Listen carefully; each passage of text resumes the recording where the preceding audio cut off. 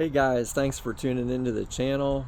And today I wanted to do a full walk around on my personal rig that I use in my day-to-day operations.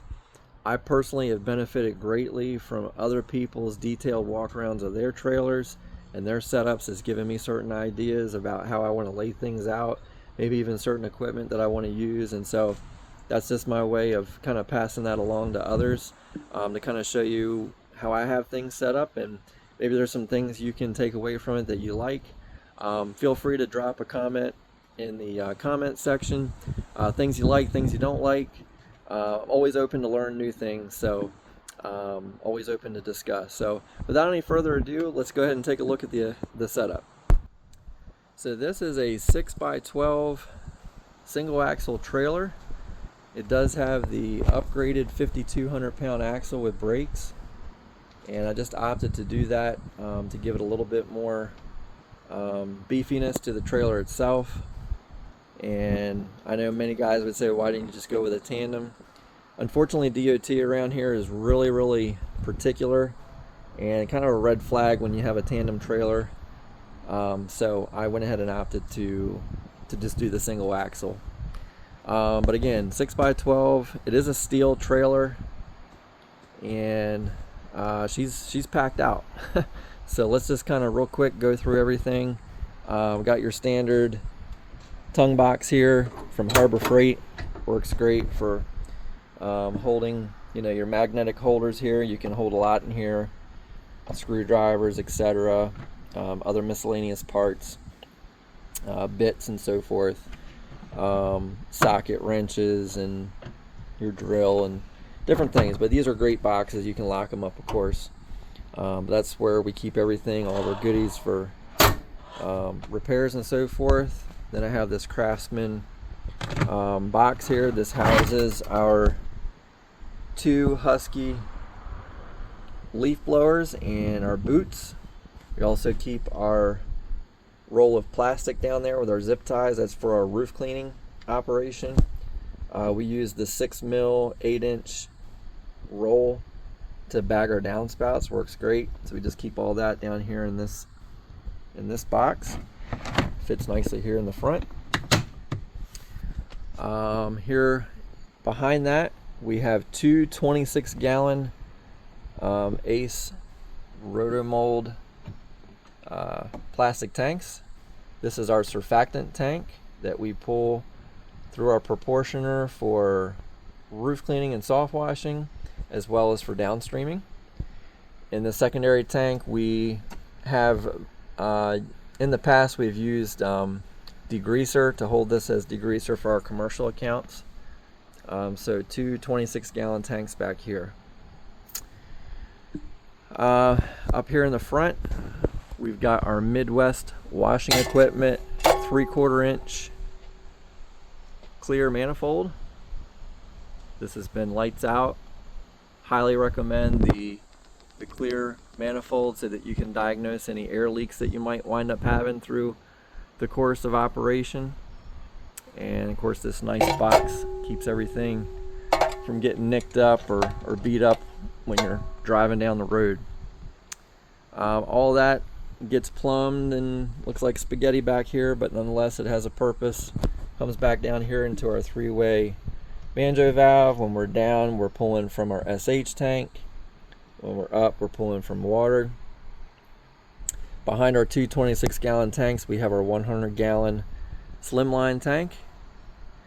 And behind that, we have a 275-gallon IBC tote for our water. Uniseal fittings throughout. Really highly recommend these. These are great for you're doing your fittings. You're not having to worry about elbows and things sucking air at the top here. You can just take the hose and put it straight down into the tank, and with filters, of course. But these Uniseals have held up very nicely.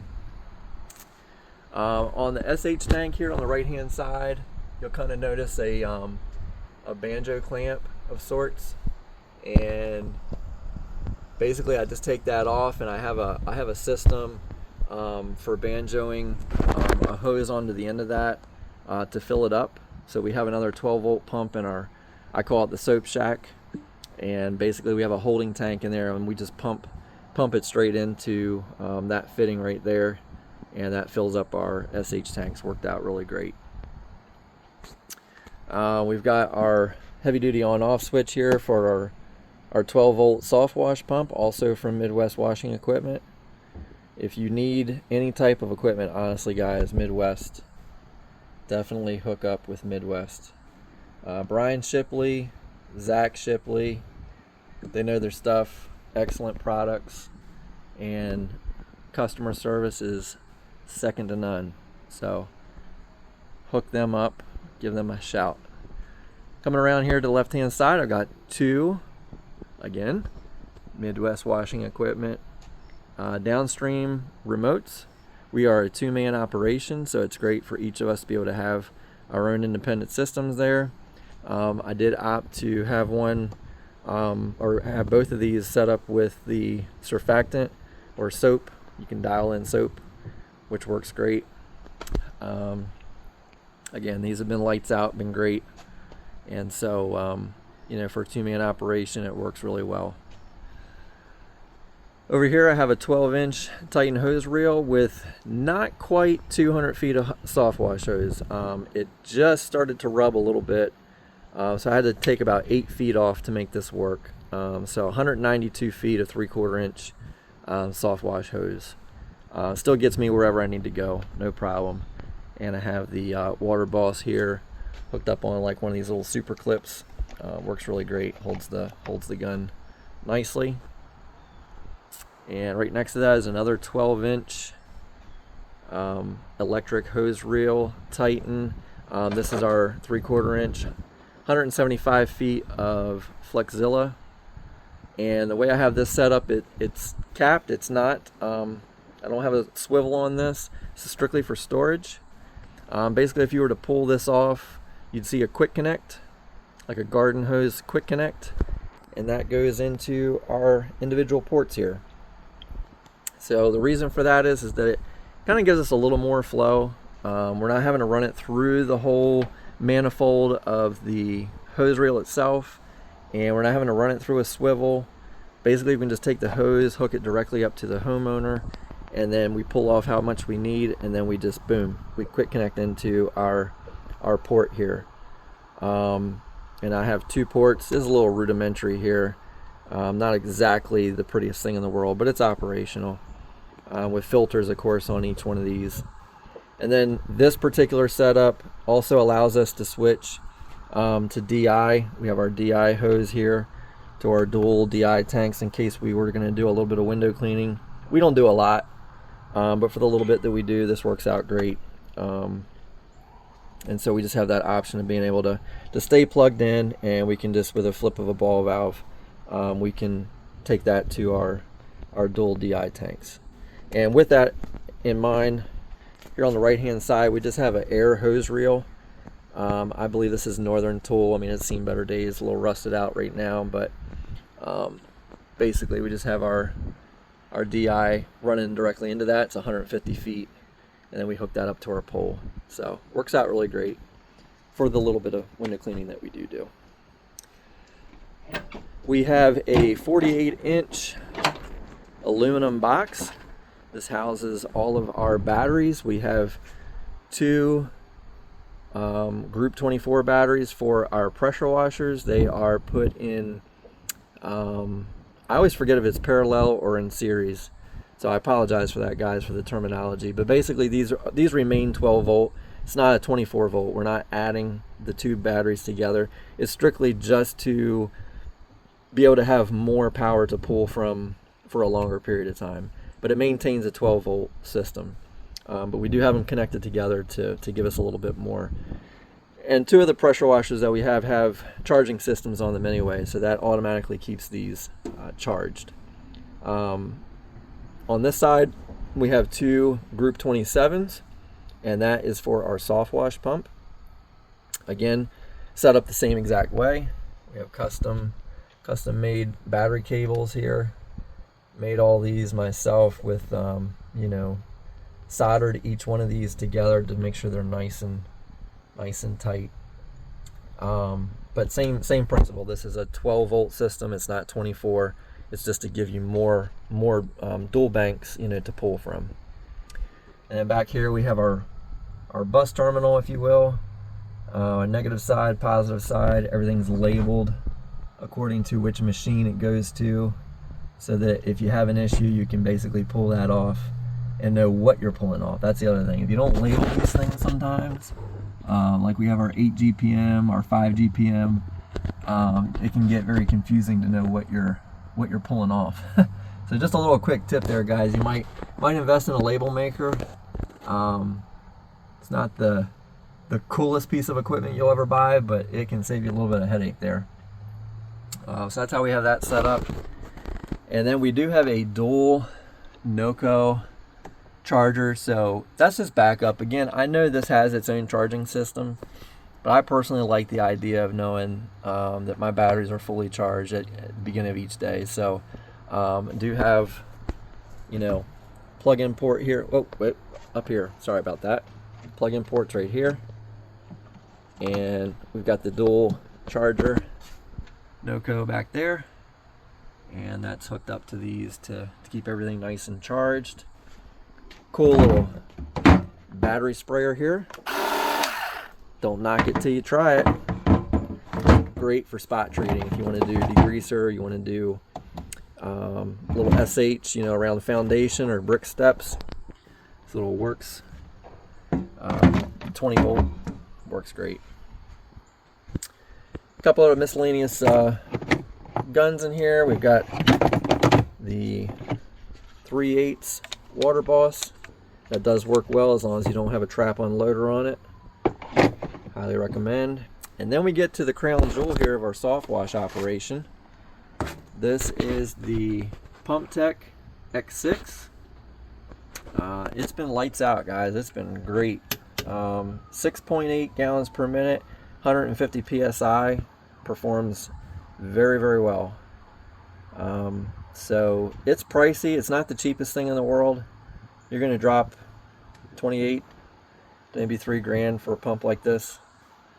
And I know, you know, I've done all the other 12 volts, but so far so good with this. I just kind of wanted something with a little higher performance, and this thing will get it done. Gets it done pretty quick too. So far it's been worth the investment. Where did I get this from? Midwest Washing Equipment. I promise you, I don't get paid anything for Midwest, but when you find a good company, you wanna promote them. So again, give them a shout. But that works great. Continuing around over here, we've touched on all this. Right here we have two 18-inch Titan hose reels. Again, these are strictly for storage. They are capped on the each end. We do not use them to run anything through it. Strictly for storage. 250 feet on each one of these. So we just basically pull off how much we need for each job, and then we put that into our port here for our dual downstream bypass. This is a rudimentary plate. I got this at Lowe's. I had some stands. I mean, if you look real closely at this, it's kind of jury rigged on there, but it works. Clamp down, and basically we can quick connect in between which machine we want to use on the back side here.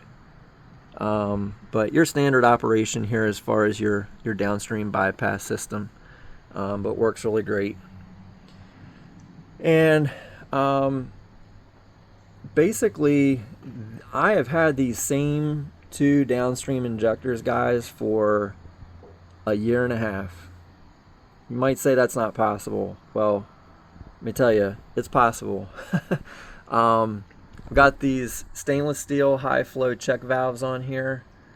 Those are great. Highly recommend. Little expensive, but nonetheless, again, it eliminates the ball and spring, which is typically what will make your downstream injectors go up. So by swapping that out and putting your high flow stainless steel check valve in there, zero issues. I mean, zero with this thing.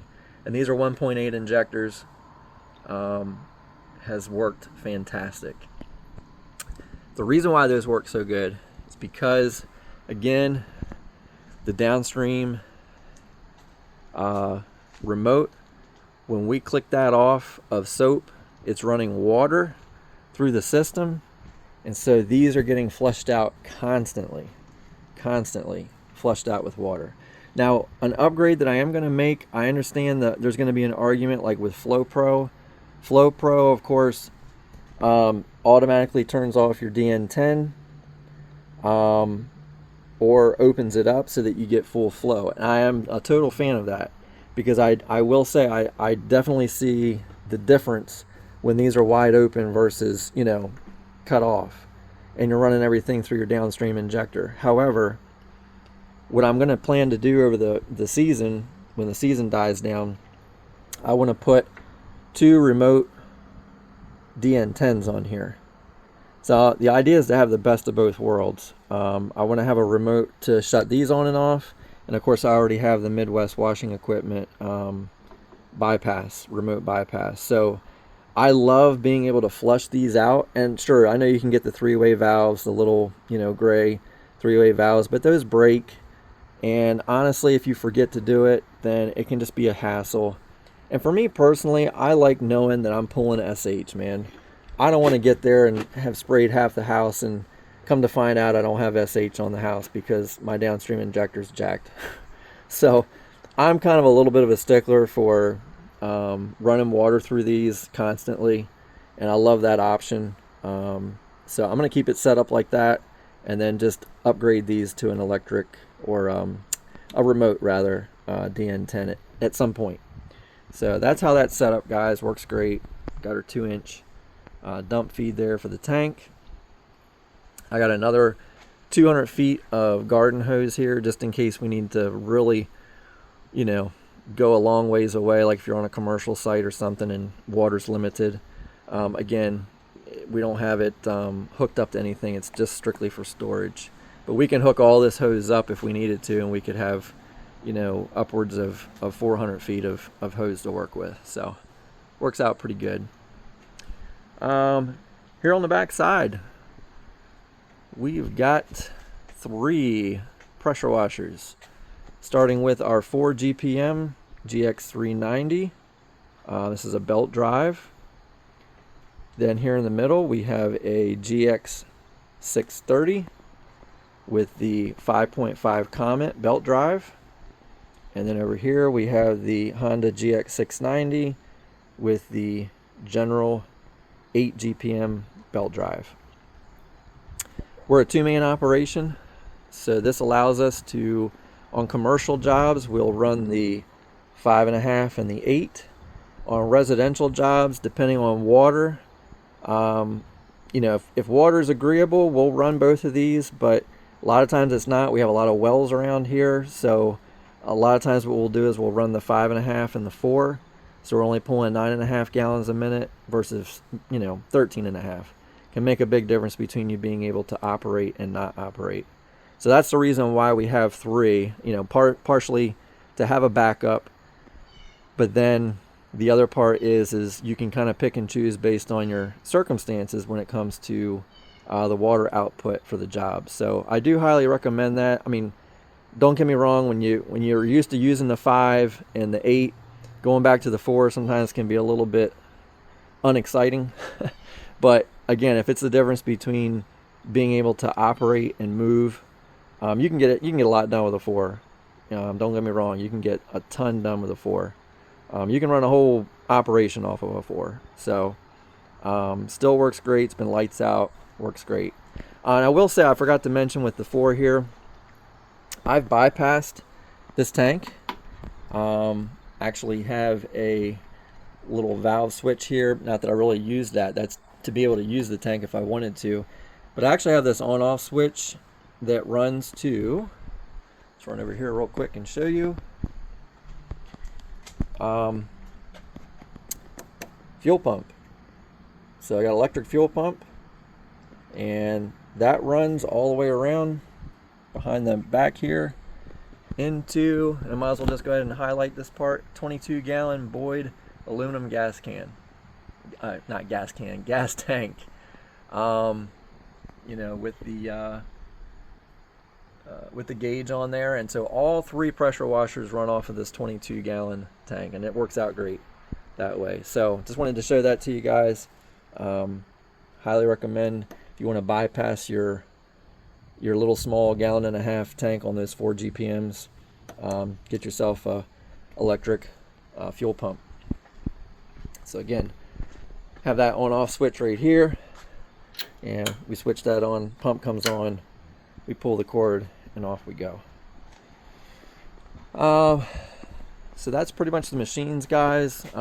Just stepping off here, got the ladder rack. We've got 2 20-foot aluminum ladders with each of them all have these stabilizers. You can get these on Amazon.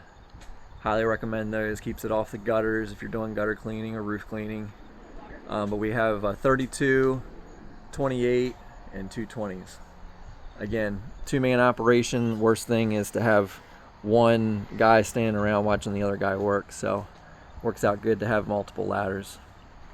Coming around here to the left-hand side, we have our 19-inch Whisper Washer Classic, and I did opt to go ahead and do a gun delete on this. So this is a 1/2-inch hose, and again, no more trigger. And I do highly recommend doing this. It definitely made an improvement on the performance for sure. And then upgraded the bar to the Whisper Washer. I forgot what they call this, but it's the upgraded bar. If you buy one now, they usually have these already installed, but at the time when I bought this, it didn't. So this thing really hums, does a really nice job. And if you want a really easy way to hold a surface cleaner to your trailer, this is a Byers weed eater rack system. It's got these cool pins. You literally can just pull the pin out, pull the pin out, pull the pin out, and this whole thing comes off. And if you want to padlock it, you know, for security, you can do that. Not a problem. But cheap, inexpensive, and secure way to hold your surface cleaner. On the side here, we just have a little aluminum side box. Hold some of our bibs. Got a few little miscellaneous parts in there. Got some gutter brushes, some rust remover, gutter guard brushes, various items. You can pick these up on Amazon in just about any size you need. So highly recommend, save yourself trouble and do aluminum.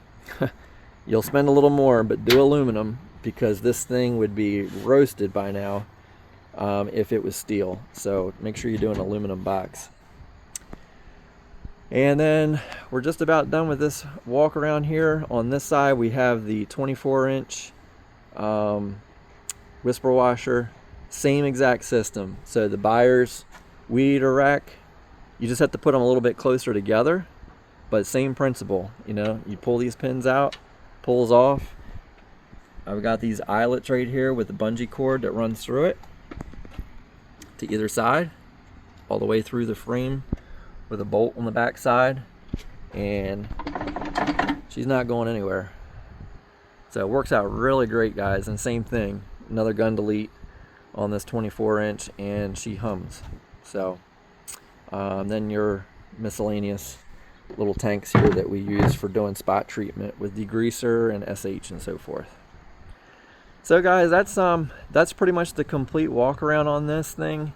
Again, 6x12, completely maxed out. You name it, it's on there. But again, I'm hoping that can help somebody else from a layout standpoint. Sometimes you don't need a huge blueprint to be able to make things work. I've been doing this now for 27 years, and I've tried so many different things. And you know what? This isn't going to be my last build. This is going to be one of who knows how many builds that I'll wind up doing while I'm in business. And the next stop, I'm hoping, might be a flatbed at some point, but we'll see how things go. But again, hopefully that helps you guys as far as you know, some of the layout, some of the equipment, and if you have any questions, feel free to drop it in the comments down below, and I will do my best to get back to you. So Thanks so much for watching. Have a great day. Wash on, stay safe, and we'll talk to you soon.